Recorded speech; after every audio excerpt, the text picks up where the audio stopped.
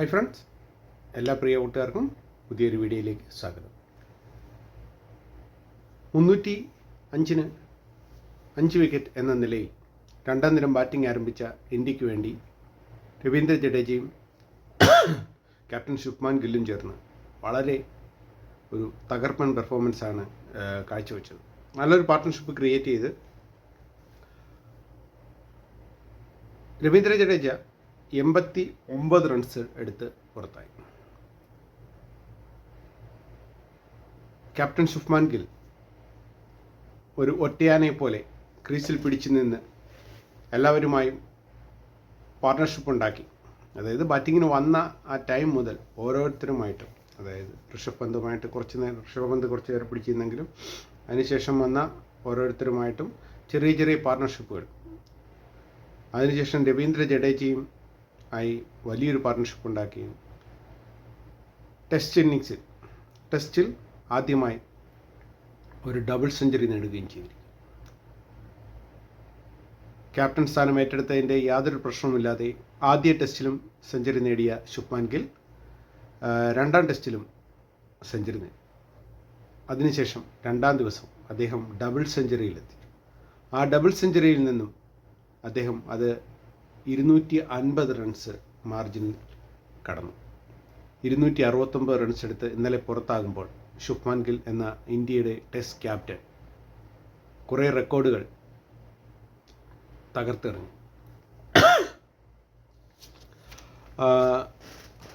ഇതുവരെ ഇന്ത്യയുടെ ടെസ്റ്റ് ക്യാപ്റ്റന്മാർ നേടിയ ഏറ്റവും വലിയ സ്കോർ എന്നത് വിരാട് കോഹ്ലിയുടേതായിരുന്നു.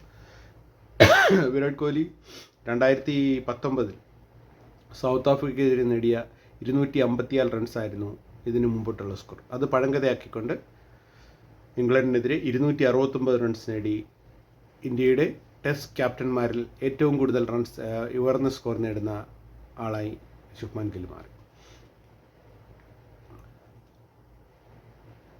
രണ്ടാം ടെസ്റ്റ് തുടങ്ങിയപ്പോൾ നമ്മളെല്ലാം ഞെട്ടിച്ചുകൊണ്ട് വാഷിങ്ടൺ സുന്ദർ, കുൽദീപ് യാദവിനെയും മറികടന്ന് വാഷിങ്ടൺ സുന്ദറാണ്, സ്പിൻ ഓൾറൗണ്ടറായ വാഷിങ്ടൺ സുന്ദർ ടീമിലെത്തിയത് നമ്മളെല്ലാം കണ്ടതാണ്. ആദ്യ ടെസ്റ്റിൽ ഇന്ത്യക്ക് സംഭവിച്ച ഏറ്റവും വലിയ പിഴവ് എന്നത് വാലറ്റും പെർഫോം ചെയ്യാതെ പോയതും ബൗളർമാരുടെ ഒരു ബൗളർ ബുംറ മാത്രമാണ് പെർഫോം ചെയ്തത്, മറ്റ് ബൗളർമാർക്ക് വേണ്ട രീതിയിൽ സ്വാധീനം ചെലുത്താൻ കഴിയാതെ പോയതുമാണ് ആദ്യ ടെസ്റ്റിൽ നമ്മൾ കണ്ടത്. എന്നാൽ രണ്ടാം ടെസ്റ്റിലേക്ക് വന്നപ്പോൾ വാലറ്റം അത്യാവശ്യം പിടിച്ചു നിൽക്കുന്ന ഇതാണ് കണ്ടത്. മിഡിൽ ഓർഡർ ബാറ്റ്സ്മാൻമാരായ രവീന്ദ്ര ജഡേജ 89 റൺസുമായി ക്യാപ്റ്റന് മികച്ച പിന്തുണ നൽകി. അതിനുശേഷം ഗൗതം ഗംഭീറിൻ്റെ സെലക്ഷനായ വാഷിങ്ടൺ സുന്ദർ, ഗൗതം ഗംഭീറാണ് അദ്ദേഹത്തെ അന്തിമ ലെവലിലെടുക്കാൻ തീരുമാനമെടുത്തത്. അദ്ദേഹത്തിൻ്റെ സെലക്ഷനായ വാഷിങ്ടൺ സുന്ദർ 41 റൺസുമായി ക്യാപ്റ്റന് മികച്ച പിന്തുണ നൽകി. പിന്നീട് വന്ന ബൗളേഴ്സ് എല്ലാം അത്യാവശ്യം 8 റൺസ് 10 റൺസ് ആണെങ്കിൽ പോലും അവർ കുറച്ച് നേരം പിടിച്ചു നിൽക്കാൻ കഴിഞ്ഞു. അതുകൊണ്ട് ശുഭ്മാൻ ഗില്ലിന് നല്ലൊരു പാർട്ട്ണർഷിപ്പ് കൊടുക്കാൻ സാധിച്ചു. ആദ്യ ടെസ്റ്റിലെ പിഴവ് ആവർത്തിക്കാതെ രണ്ടാം ടെസ്റ്റിൽ ഇന്ത്യ ആദ്യ ഇന്നിങ്സിൽ മികച്ചൊരു സ്കോർ തന്നെ പടുത്തുയർത്തി. 587 റൺസാണ് ഇന്ത്യ പടുത്തുയർത്തി. ഇംഗ്ലണ്ടിലെ സ്പിന്നർ ബഷീർ 3 വിക്കറ്റുമായി തിളങ്ങി. ക്രിസ് വോക്സ് 2 വിക്കറ്റും ജെ ടാങ്ക് 2 വിക്കറ്റും ക്യാപ്റ്റനും കാഴ്സും ഓരോ വിക്കറ്റും നേടി. മറുപടി ബാറ്റിംഗ് ആരംഭിച്ച ഇംഗ്ലണ്ടിനെ അക്ഷരാർത്ഥത്തിൽ ഞെട്ടിച്ചുകൊണ്ട് 3-ാമത്തെ ഓവറിൽ 4-ാമത്തെ ബോളിൽ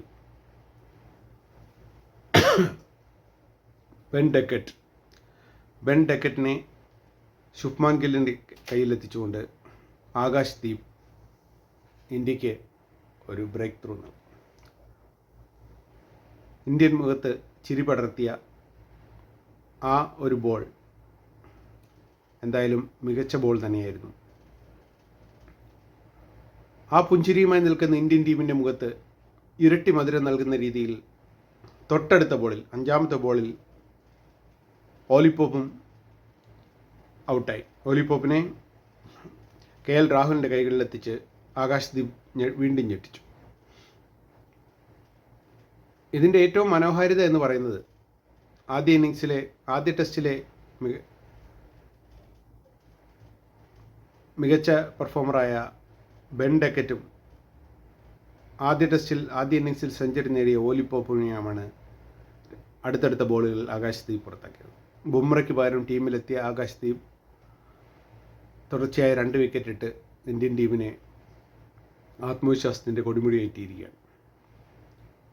അതിനുശേഷം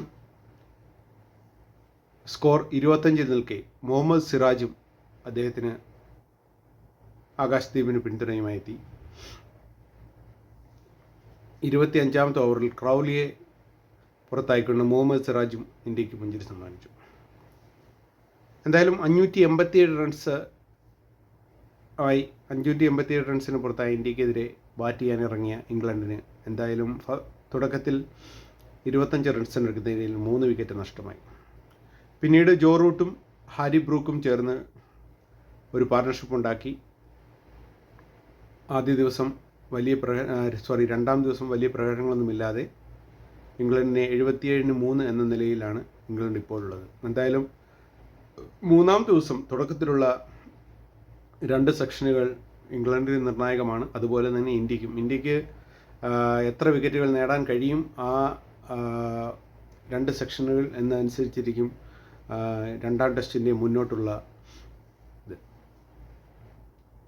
എന്തായാലും മൂന്നാം ടെസ്റ്റിൻ്റെ വിശേഷങ്ങളുമായി നമുക്ക് നാളെ കാണാം ഫ്രണ്ട്സ്. ബൈ.